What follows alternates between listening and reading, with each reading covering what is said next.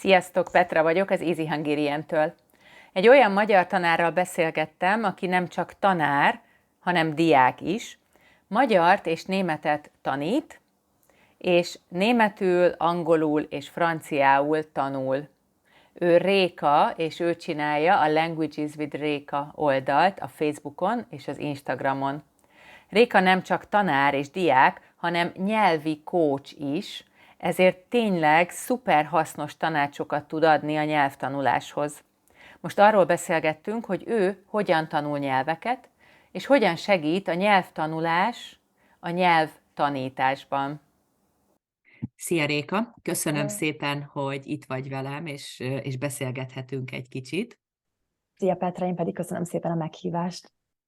És a nyelvtanulásról fogunk beszélni természetesen, mert mi mindig csak a nyelvtanulásról, meg a nyelvtanításról tudunk beszélni, és szerintem ez egy nagyon érdekes téma nekünk is, és nem csak nekünk, hanem a diákoknak is. És nagyon érdekes nekem mindig olyan tanárokkal beszélni, akik nem csak tanárok, hanem diákok is. Mert én is nem csak nyelvet tanítok, hanem tanulok is. És ha jól tudom, akkor te is aktív nyelvtanuló vagy most is. Milyen nyelveket tanulsz most? Igen, most aktívan a franciát tanulom, az angolt és a németet. Az angolt, németet inkább azt mondanám, hogy fejlesztem, mert azokat már szerintem eljutottam egy olyan szintig, ahol magabiztosan beszélem, a franciával nem, úgyhogy aktívan a franciát tanulom, és mellette az angollal, némettel foglalkozom. És akkor a francia az a legfrissebb, ugye a legújabb Igen, az nagyon-nagyon gyerek. friss. Igen, nagyon friss gyerek. 2,5 éve kezdtem el tanulni, mert 2,5 éve ide költöztünk Franciaországba a párommal, és akkor is tudtam, hogy Franciaországban francia nyelv nélkül nagyon nehezen lehet élni, úgyhogy elkezdtem tanulni, és nagyon-nagyon szeretem, nagyon megtetszett a nyelv. Kezdő voltál? Tehát teljesen kezdőként kezdted 2,5 évvel ezelőtt? Teljesen, abszolút, teljesen kezdőként, bonjour, bonsoir, croissant az megvolt, és utána abszolút kezdőként, ami nagyon sokat segített, hogy én egyetemen nekem a második szakom, az a spanyol volt, és a spanyol és az angol nagyon-nagyon sokat segített a szókincsben és a nyelvtannak a megértésében. Úgyhogy... De jó. És akkor 2,5 éve tanulod a franciát. Mondtad, hogy még most is fejleszted a németet és az angolt. Ez mit jelent kb? Tehát ezeket is aktívan tanulod most is? Igen, aktívan, minden nap, igyekszem mindegyik nyelvvel minden nap foglalkozni. Ugye magyar, mint idegen nyelv, és német tanár vagyok, úgyhogy a német igazából a óvodás korom óta az életem fontos része. Általános iskolában is tanultam, a gimnáziumban, német nemzetiségi gimnáziumba jártam, ahol sok tantárgyat németül tanultunk, utána az egyetemen germanisztika szakon tanultam tovább a németet, és az utóbbi pár évben kezdtem el azt érezni, hogy azért szeretném a szókincsemet fejleszteni, főleg a szakszókincset bizonyos témákban, úgyhogy rengeteget olvasok németül, tehát inkább a németet, az angolt úgy fejlesztem, hogy sokat olvasok angolul, németül, podcastokat hallgatok ezeken a nyelveken, és a franciát viszont nagyon aktívan, ott nyelvtan, szókincs, ott minden van. Aha. Tehát az angolt meg a németet azt inkább a mindennapi tevékenységekbe integrálod. Tehát mondjuk egyébként is érdekel egy téma, és podcastot hallgatnál, és akkor azt például németül hallgatod, nem magyarul? Aha, ez tök jó. Vagy hogyha van egy könyv, pont pár hónapja ajánlottál egy könyvet a Maja Londétól, és azt például németül rendeltem meg, a Kékséget, és nagyon-nagyon szuper könyv volt, úgyhogy köszönöm még egyszer az ajánlást. Azt például németül olvastam el, és nagyon sokat segített, hogy igen, a hajózási szókincsem egy kicsit bővült, ha bár nem használom a mindennapokban. Nagyon hasznos. De azért hasznos volt, nagyon-nagyon tetszett a könyv egyébként, igen. Ugye a klímaválságról szól, ez áll a középpontban. Igen. Beszéljünk egy kicsit a franciáról, talán az van legközelebb a nézők szintjéhez. bár ki tudja, lehet, hogy C1-es, C2-es magyar nyelvtanulók is nézik majd ezt a videót. Mondtad, hogy minden nap foglalkozol a nyelvvel, a franciával minden nap, tényleg, tuti? Minden nap, tényleg Wow. tuti, minden nap. Aha, az durva. Hétvégén, igen, talán azért tudok minden nap vele foglalkozni, mert hétvégén, hogyha nem is vagyok itthon, biztos, hogy valakivel beszélnem kell franciául, vagy nem tudom, egy étteremben, az utcán megkérdezni, hogy mit hol találok, akkor mindig használom a franciát, illetve tudatosan, hogyha bárhol egy plakátot látok, vagy a kirakatban bármiféle feliratot látok, akkor azokat mindig elolvasom. Tehát mindent, ahol francia a szöveg van, azt elolvasom. Igen, tehát minden nap foglalkozom igen a franciával, ami nagyon sokat segített, nem tudom, hogy ismered-e James Clear-től az Atomic Habits-et, az egyik kedvenc könyvem, Igen. elolvastam, és ő mondja a könyvében, nagyon fontos és nagyon könnyű úgy szokást kialakítani, hogyha ezt az új szokást egy már meglévő szokáshoz kapcsolod hozzá. És nekem ez a már meglévő szokás, amikor befejezem a reggelit, fogat mostam, és utána mindig leülök, ez körülbelül 8 óra. 8 órakor leülök az asztalomhoz, előveszem a Goldlistet, amiről egyébként nagyon szívesen mesélek néhány szóban, és akkor elkezdek foglalkozni a szavakkal. Ez körülbelül fél óra, de minden nap csinálom. Nagyon jó. És nagyon szeretem, nagyon tetszik. Tök jó. Ismerem a könyvet, de nem olvastam még egyébként. Örülök, hogy említetted az Atomic Habits-et, meg a szokások kialakítását, mert azt is szerettem volna kérdezni, hogy van-e saját módszered, vagy mindig egyedül tanulsz, vagy tanárod is van, hogy hogyan működik ez? Egyedül kezdtem el a franciát tanulni, nagyon szorgalmasan, nagyon lelkesen. Volt egy füzetem, oda elkezdtem leírni az ABC-t, a kiejtést, a számokat, a színeket, és amikor eljutottam egy olyan szintre, hogy most már úgy éreztem, hogy azért vannak kérdéseim, akkor hetente 2-szer elkezdtem tanárral tanulni, aminek az érdekessége, hogy egyébként a francia tanárom Budapesten él, én pedig magyar tanárként Franciaországban. Nagyon-nagyon sokat segített, körülbelül 2 évig vele tanultam, hetente 2-szer, viszont körülbelül 1 éve, fél éve, nem emlékszem pontosan, most már egyedül tanulom a franciát, igen. De ami nagyon sokat segít, hogy igyekszem nagyon strukturáltan tanulni, tehát, hogy mind a 4 készséget fejleszteni, minden nap foglalkozni a franciával, és mindig ugyanabban az időpontban. És ez sokat segít. Ez jó. Mert hogyha azt mondja, hát majd valamikor ma tanulom a franciát, akkor ez a valamikor általában a másik nap, vagy a soha. Úgyhogy ezt muszáj tudatosan felépítenem a napomat, és akkor így tanulom a franciát. Nagyon jó diák vagy, úgy tűnik. Szeretem is egyébként, tehát nekem ez a hobbim is, hogy nyelvet tanulok, és úgy érzem, hogy ezzel a diákjaim helyzetét is sokkal jobban megértem. Tudom azt, hogy mind mennek keresztül egy tanórán, tudom azt, hogy hogyan készülnek az órámra, hogy amikor egy hibát elkövetnek, és maguktól kijavítják, hogy ez mennyire jó érzés, és teljesen máshogy állok egyébként a hibákhoz is így tanuló nyelvtanárként. Szuper. Igen, erről is fogunk majd beszélgetni, mert ez nagyon érdekes dolog szerintem. Nagyon gyakran a diákoknak az egyik legnagyobb problémája, vagy az egyik legfontosabb kérdése, hogy hogyan tanuljunk szavakat, és hogyan tanuljunk nyelvtant. Te hogyan tanulsz szavakat, vagy mit jelent az, hogy szótanulás, mert ez is egy érdekes kérdés, és hogyan tanulsz nyelvtant? Ez egy nagyon-nagyon jó kérdés, és én úgy tanulok szavakat, hogy most már nem tanulok szavakat, és ez azt jelenti, hogy én eddig mindig tradicionálisan tanultam a szavakat, volt egy szótáram, franciául az egyik oldalon a szólista, a másik oldalon magyarul, és akkor ezeket így próbáltam magolni. Nyilván ez nem ment, illetve a hosszú távú memóriámba nem kerültek be a szavak.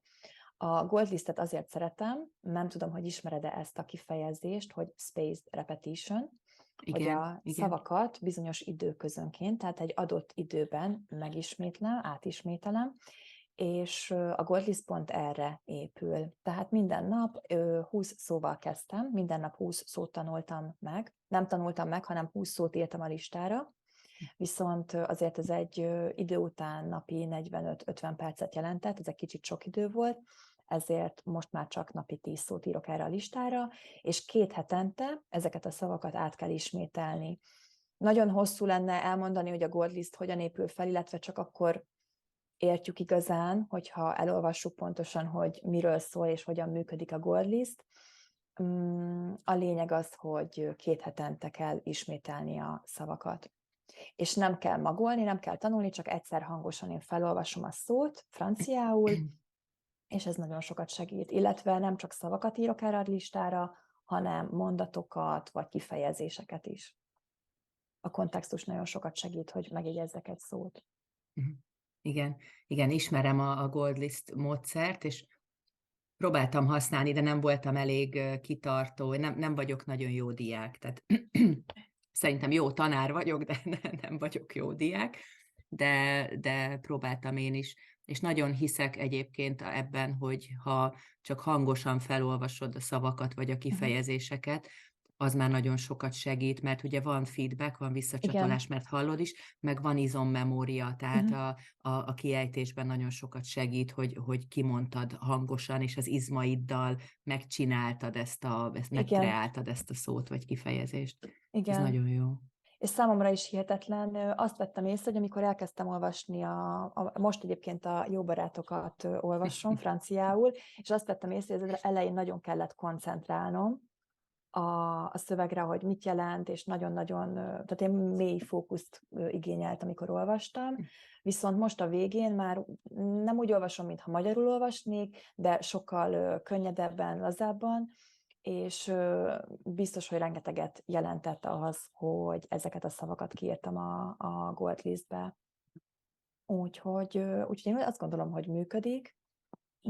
Igen, viszont a németet és a németül és angolul a szókincsemet azt nem a Gold List-tel bővítem, hanem az Anki applikációval. Aha. Úgyhogy arra nem lenne sajnos időm, hogy mind a 3 nyelvhez írjak egy Gold Listet. Uh-huh. És mi a helyzet a nyelvtannal? Mert ha jól tudom, akkor franciául azért van egy-két finomság, például az igeidők, és vannak ugye nemek, stb. Hogyan tanulsz nyelvtant, vagy hogyan tanulsz nyelvhasználatot? Ez is érdekes egyébként, mert én a franciában egyébként mind a 3 nyelvből táplálkozom, tehát mind a 3 nyelvben voltak olyan sémák, amiket fel tudtam használni a francia nyelvtan megértésében. Sokan mondják, hogy a nyelvtan nem fontos, nem nyelvtanon keresztül kell tanulni egy nyelvet. Lehet, hogy B1, vagy A2, B1, B2 szinten valóban nem kell arra fókuszálni, viszont én nem tudok úgy elkezdeni tanulni egy nyelvet, hogy a nyelvtant nem figyelem. Van egy Alonzi nevű nyelvkönyv, és én azt az A1 szinttől megvásároltam, és azokat a feladatokat megcsináltam, de igyekeztem úgy, hogy azokat sem órákon keresztül nyelvtannal foglalkozni, hanem mondjuk minden nap egy fél óra nyelvtan, és akkor utána olvastam, podcastot hallgattam. De úgy beszélsz erről a napi fél óra nyelvt, hogy nem sok, csak napi fél óra, az rengeteg. Tehát szerintem, hogy sok diák, meg én is, hogyha napi fél órát tudnánk tölteni csak úgy valami nyelvtanulással, vagy nyelvi immerzióval, akkor már boldogok lennénk. Ez az jó? Viszont nagyon tetszik az Alonzi, mert olyan témákat dolgoz fel, ami érdekel. Tehát szerintem, amikor az ember elkezd tanulni egy nyelvet, akkor elkezdünk megismerni egy új kultúrát, egy új mentalitást, egy kicsit olyan új emberek leszünk, és ezért szerintem az A1, A2 szint az így olyan gyorsan eltelik, nem is tudom, ezt még sosem mondtam ezt a kifejezést, de hogy az A1, A2 az egy ilyen gyors utazás, és amikor elkezdenék demotivált lenni, akkor viszont már B1, B2 szinten találok magamnak olyan forrást, olyan podcastot, ami nagyon érdekel, és akkor már a nyelvtant is tudom úgy gyakorolni, hogy olyan szövegben, ami számomra nagyon érdekes. Igen. Nagyon jó. Úgyhogy nekem ez az Alonzi könyv nagyon tetszik. Nekem sokat segít a nyelvkönyv, viszont ennek ellenére, amikor tanítok, akkor nem nyelvkönyvből tanítok. tehát nyelvtanra is fókuszálunk, de próbálom olyan témákkal összekötni, ami a diákot érdekli. Mhm. Igen. Most említetted a motivációt, meg az érdeklődést, és ugye az egyik nehéz dolog a nyelvtanulásban, hogy nagyon sokáig tart, sőt, hát szerintem ez örökké tart, Igen. tehát hogy életünk végéig lehet tanulni egy nyelvet, és, és nagyon nehéz motiváltnak maradni, mert sokszor nem történnek nagyon nagy dolgok, nem történnek nagyon látványos dolgok, és akkor lehet, hogy egy picit így elveszítjük a motivációt. Már egy kicsit beszéltél erről, hogy neked mi segít, de elmondanád, hogy mi az, ami segít neked motiváltnak maradni, hogy ne hagyd abba, és ne állj meg a nyelvtanulással. Mm, Ugye a francia nyelvtanulásban mindenképpen motivál, hogy tudom, hogy még néhány évet itt fogunk élni Franciaországban, és akármikor elmegyek egy orvosi vizsgálatra, vagy adminisztratív feladatot intézek, francia nélkül nem megy, és nagyon jó érzés, amikor a telefonon már megértem azt, amit mondanak, ez mindig nagyon-nagyon motivál, illetve nagyon sokszor kapok pozitív visszajelzést a szomszédoktól, a boltban, hogy fejlődtem, mert mindig ugyanabba a boltba megyek, és ezek nagyon-nagyon-nagyon sokat segítenek, hogy motivált maradjak. Viszont egyszer-egyszer azért látom az embereken, a franciákon, hogy nincsenek megelégedve még a nyelvi szintemmel, az nagyon demotiváltá tud lenni. Olyankor szinte azt érzem, hogy minek tanultam eddig franciául, viszont azért utána egy-két pozitív visszajelzés, meg amikor visszaülök a Gold Listemhez, és akkor látom, hogy minden nap azért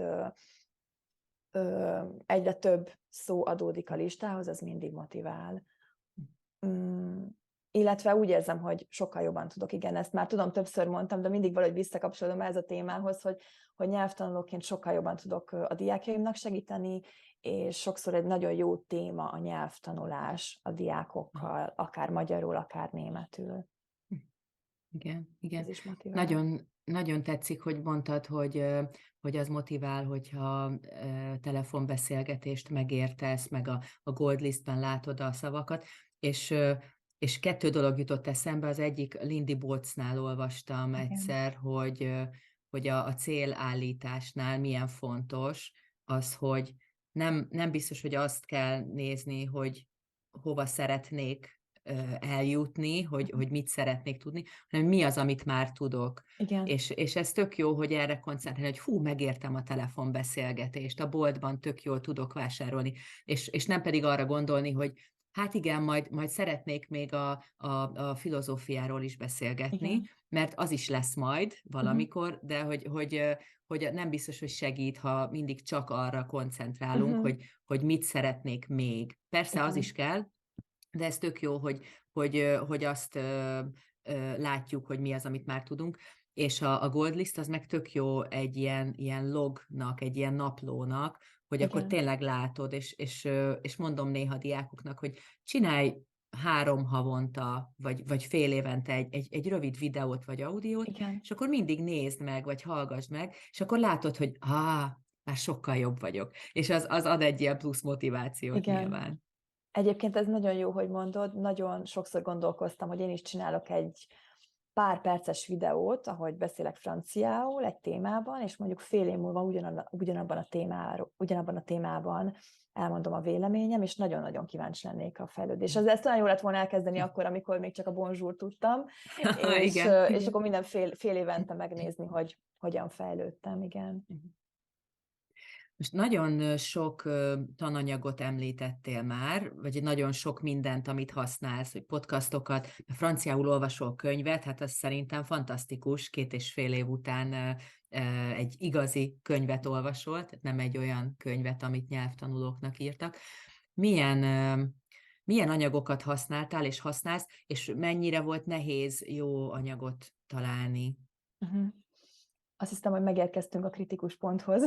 Aha, igen? Ugyanis rengeteg forrás van az interneten, és az összes szuper, tehát franciául nincs forráshiány, és nagyon-nagyon nehéz a legjobbat kiválasztani, nem is a legjobbat, hanem azt kiválasztani, ami tetszik, mert az összes tetszik, az összessel szeretnék foglalkozni, és minden nap, vagy minden másnap találok egy olyat, hogy hú, ez is de jó, és meg vannak nyitva a laptopomon az ablakok, hogy jó, akkor jövő héten ezzel foglalkozom, akkor jövő hét utáni héten majd ezt a videót szeretném megnézni, és azt mondtam, hogy jó, ez így nem jó, és akkor azt csinálom, hogy minden készséget próbálok egy forrással fejleszteni. Tehát most csak a jó barátokat olvasom, csak a Gold Listtel foglalkozom, tehát próbálok mindig egy forrásra koncentrálni, egy podcastra, mert podcastból is rengeteg van.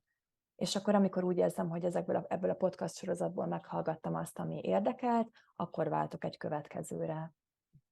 Viszont ez nagyon-nagyon sokat számít, és szerintem ez is egy kulcs motívuma a nyelvtanulásnak, hogy olyan forrást használjak, ami tetszik, ami nagyon-nagyon tetszik, és ami érdekel. Igen, én is azt gondolom, hogy ez nagyon fontos, és ez az egyik kulcs, mert akkor nem lesz problémád a motivációval, nem lesz unalmas, és akkor évekig tudod csinálni, és amikor meg már tényleg nagyon magas szinten vagy, akkor meg bármit lehet, akkor bármilyen filmet meg tudsz nézni, könyvet olvasni, és a többi. Igen, az tök jó. Azt szerettem volna még kérdezni, ha már a kulcsról beszélünk, igen, hogyha megkérdezik, biztosan megkérdezik néha diákok, vagy ismerősök, hogy mi a kulcs a sikeres és eredményes nyelvtanuláshoz, akkor mit mondasz, vagy mit mondanál?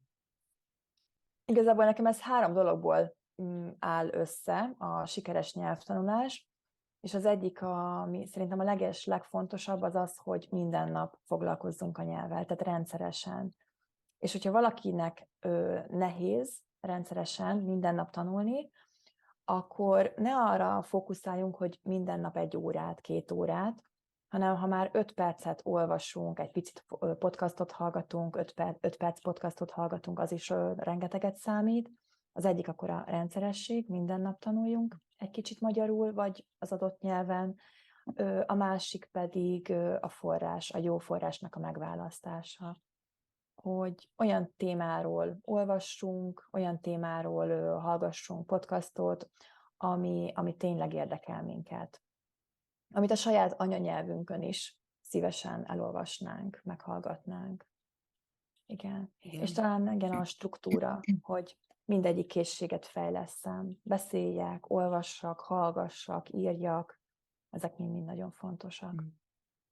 Egyetértek, igen, az nagyon fontos, hogy rendszeresen tanuljunk, meg nagyon fontos, igen, hogy olyan anyagot találjunk, vagy olyan forrást, ami nekünk jó, releváns, érdekes, stb. Igen. Ez nagyon nehéz. Vagy azért nehéz, mert nincs sok forrás, vagy anyag, mint például a magyarból szerintem még mindig nincs, vagy azért nehéz, mert nagyon sok van, és akkor hogyan találod meg. De ezek tényleg fontosak, és talán ebben is tud segíteni egy tanár, vagy egy coach, hogy hogyan találd meg ezeket. Igen, a megfelelő forrást, és hozzá a megfelelő módszert, mert ez is nagyon fontos. Hogy lehet, hogy nekem a Gold List beválik, de volt már olyan tanítványom, akinek nem tetszett. Mondta, hogy neki nincs ideje, ő jobban szereti az applikációkat, és abszolút elfogadtam, mert ne tanuljon Gold Listtel, ha neki nem tetszik. Persze. A Gold Listet kézzel írod? Igen, egyébként meg is van, aki utál kézzel írni például. Én nagyon szeretek kézzel írni, és nyilván, ha valaki nem szeret kézzel írni, számítógépen írni, vagy telefonon, ott nincs értelme a Gold Listnek, gondolom, bár nem tudom. Nem, szerintem ennek pont ez a lényege, hogy kézzel írjunk, mert úgy jobban meg is marad. Egyébként meg tudok mutatni például egy oldalt, hogy így néz ki egy Gold List, hogy négy lista van hozzá. Ez az első lista, második, harmadik és negyedik. Nem is akarom elkezdeni magyarázni, hogy hogyan épül fel, csak hogy így néz ki egy Gold List, és én nagyon szeretem. Úgyhogy most már lassan 1,5 éve csinálom. Majd a videó leírásában szerintem adunk egy linket, és akkor ott meg tudják nézni, meg olyan sok hasznos dolgot mondtál, hogy majd a linkeket beírjuk a leírásba, mert ez tök jó. Meg nekem is hasznos. Oké, jó. És még azt szeretném kérdezni, hogy ugye te nyelvtanár is vagy, és nyelvtanuló is vagy. Én, én amikor elkezdtem csehül tanulni, teljesen kezdő voltam, nem tudtam egy szót sem csehül, de tényleg, tehát annyit sem, hogy jó napot, semmit. Azt tudtam, hogy ahoy, tehát hogy ezt ennyit tudtam csehül, és teljesen kezdő voltam, és ez volt az első nyelv, meg az egyetlen nyelv, amit felnőttként tanultam. Tehát nem iskolában, hanem én egyedül, a saját módszeremmel, a saját ötleteimmel, és nekem ez egy ilyen nagy aha élmény volt, hogy hát ez tök jó, hogy milyen sok mindent lehet csinálni a Igen. nyelvvel, és milyen sokféleképpen lehet tanulni egy nyelvet, és akkor rájöttem, hogy milyen sokféleképpen lehet tanítani egy nyelvet. Hogy én akkor nagyon-nagyon sokat változtam, és azt hiszem, nagyon sokat fejlődtem tanárként, amikor elkezdtem csehül tanulni. Tehát, hogy tényleg a diákjaim helyzetébe kerültem, mert kezdő voltam, vagy most is még ugye nagyon alacsony szinten vagyok, és akkor nagyon látom azt, hogy szerintem jobban látom azt, hogy hogyan tudok nekik jól Igen. segíteni. Nálad volt valami hasonló, vagy hogyan segített, vagy hogyan változtatott meg téged, mint tanárt a francia tanulás? Szerintem teljesen máshogy állok ahhoz, a folyamathoz, amiben a tanulók benne vannak. Mert ugyanabban a folyamatban vagyunk benne. És nagyon sok módszert kipróbáltam a nyelvtanulásban, és ezeket a módszereket mindig megosztom velük. És ez azt látom, hogy nagyon sokat segít nekik, szívesen beszélnek a nyelvtanulásról, és én azt gondolom, hogy nekünk nyelvtanárként sem csak az a feladatunk, hogy megtanítsuk a nyelvet, hanem hogy megtanítsuk nekik tanulni, módszereket adni, tippeket, hogy nagyon fontos a struktúra, és kicsit coachingolni őket. Tehát, hogy megmutassuk nekik, hogy az, ami az óránkon történik, az fontos, hogy segítünk nekik a kiejtésben, a nyelvtannak a magyarázatában, viszont a valódi nyelvtanulás az mindig az órán kívül történik, és hogy ehhez a valódi nyelvtanuláshoz sokkal jobban tudom őket segíteni, mint nyelvtanuló tanár. Abszolút egyetértek, igen, és nagyon jókat mondasz, úgyhogy nagyon örülök. És a, nekem az volt nagyon érdekes, és kíváncsi vagyok, hogy nálad is hasonló volt-e, hogy amikor én elkezdtem csehül tanulni, akkor nagyon más módszerrel tanultam, mint az iskolában.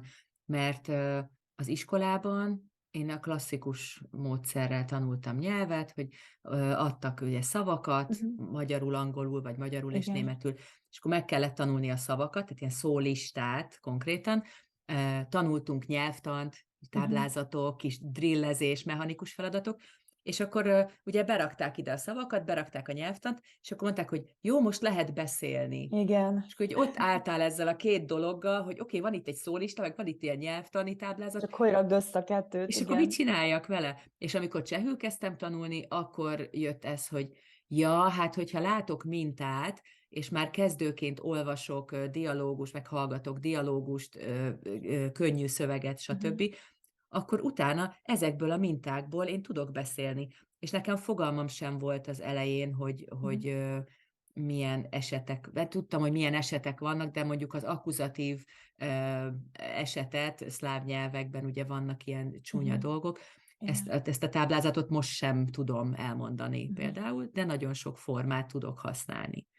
Neked volt ilyen nagyon nagy különbség, vagy éreztél ilyen nagyon nagy különbséget a régi iskolai nyelvtanulásod és a francia nyelvtanulásod között?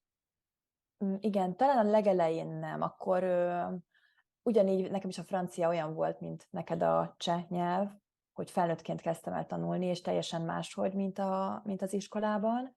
Az elején nekem volt egy füzetem, és odaírtam nyelvtanokat, ott még nem igazán kezdett tiszta lenni, hogy hogyan fogom tanulni, viszont utána nekem nagyon sokat segített, hogy elkezdtem poliglotokat követni, hogy ők hogyan tanulnak, milyen módszerekkel, és akkor így hirtelen jött az aha élmény, az internet az egy kincses tár nyelvtanulóknak, és akkor onnantól Igen. kezdve én is YouTube videókat nézek, podcast, blogok, vlogok, tehát igen. Tehát már máshogy tanulom abszolút én is, mint iskolában, igen. Mhm. És sokkal hatékonyabb, ha belegondolok, hogy hány éven keresztül tanultam a németet, az angolt, a spanyolt, és hogy franciából, a nulláról 2,5 év alatt hova jutottam, össze se lehet hasonlítani. És nem gondolom azt, hogy azért, mert hogy felnőtt vagyok, hanem azt gondolom, hogy a módszereim és a hozzáállásom teljesen más, mint gimnáziumban, és ezt a mindsetet szeretném egy kicsit a tanulóim felé is közvetíteni. Vannak gimnazista tanulóim is, és nekik is ezt nem csak az iskolában, az iskolai németet kell tanulni, hanem nem baj az, hogyha németül olvasnak, YouTube videókat követnek, YouTube csatornákat követnek. Mhm. Nagyon jó. És mit gondolsz, hogy hova tartasz a francia tanulással, vagy mit szeretnél, hol szeretnél majd lenni a francia nyelvvel, mik a nagy céljaid, a víziód? Uh-huh. Ugye, beszéltük is, hogy nagy konkrét célom nincs. Először gondolkoztam, hogy nyelvvizsgát csinálok franciából, de nincs rá szükségem. Nem szeretnék olyan feladattípusokat, szövegeket olvasni, ami nem érdekel, ezért megyek a saját magam útján, olvasok, tanulok, és igazából a fő cél az, hogyha valakivel találkozom az utcán, egy spontán beszélgetésbe kerülök, akkor folyékonyan ki tudjam fejezni magamat, és megértsem őket. Ami már most is megtörténik, de azért még nagyon keresem a szavakat, és érzem belül, hogy azért nagyon-nagyon kell fókuszálnom, koncentrálnom. Tehát szeretnék egy kicsit spontánabban, lazábban beszélni franciául, és remélem, hogy felé tartok, és jó úton. Jól van. Igen, biztos vagyok benne. Nagyon szépen köszönöm a beszélgetést, szuper jó ötleteket adtál szerintem, úgyhogy remélem, hogy sok mindenkinek hasznos lesz. Nekem is hasznos volt, és sok-sok hasznos linket tudunk adni a leírásban is. Úgyhogy köszönöm szépen még egyszer, hogy itt voltál és beszélgettél velem. Köszönöm szépen én is a meghívást, Petra. Szia, szia! Ja, szia, Petra!